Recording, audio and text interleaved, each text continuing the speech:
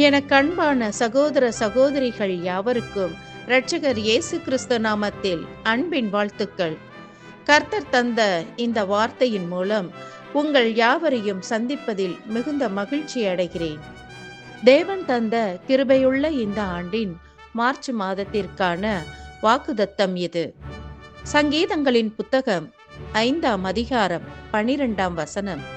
கர்த்தாவே, நீர் நீதிமானை ஆசீர்வதித்து காருண்யம் என்னும் கேடகத்தினால் அவனை சூழ்ந்து கொள்வீர். கர்த்தர் ஒரு மனிதனை நீதிமானாக பார்த்துவிட்டால் அவன் வாழ்நாள் முழுதும் ஒரு தீங்கும் அணுகவே அணுகாது. பிரியமானவர்களே, யோபுவின் புஸ்தகம் 1ஆம் அதிகாரம் 1ஆம் வசனத்தின்படி, ஊத்ஸ் என்னும் தேசத்தில் யோபு என்னும் பெயர் கொண்ட ஒரு தேவ மனிதன் இருந்தான்.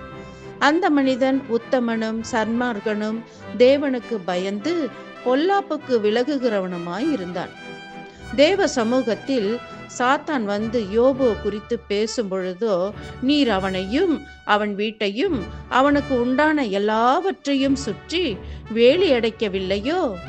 கைகளின் கிரியைகளில் நீர் ஆசீர்வதித்தீர், அவன் சம்பத்து தேசத்தில் பெருகிற்று என்கிறான்.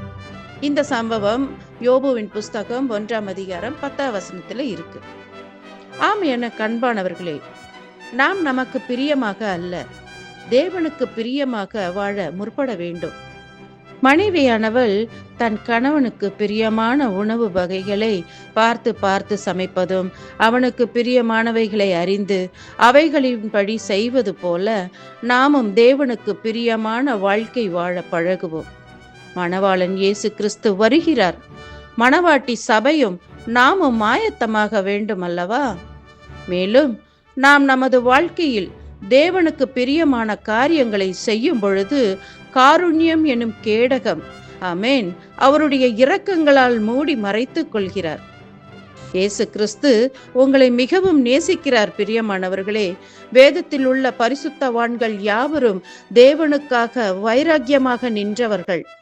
துன்ப வேளைகளில் துவண்டு போகாது தங்களை கர்த்தருக்குள் திடப்படுத்தி கொண்டவர்கள். கர்த்தரோ அவர்களை கைவிடவே இல்லை.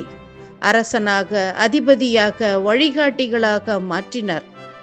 அவர்களுடைய துன்ப வேளைகளில் எல்லாம் அவருடைய கிருபை அவர்களை சூழ்ந்து கொண்டது. பிரியமானவர்களே, இப்படியாக பக்தன் யோபு தனது சோதனை போராட்ட நேரங்களிலும் கூட தேவனை தூஷிக்காது தனது பரிசுத்தத்தை பாதுகாத்து கொண்டார்.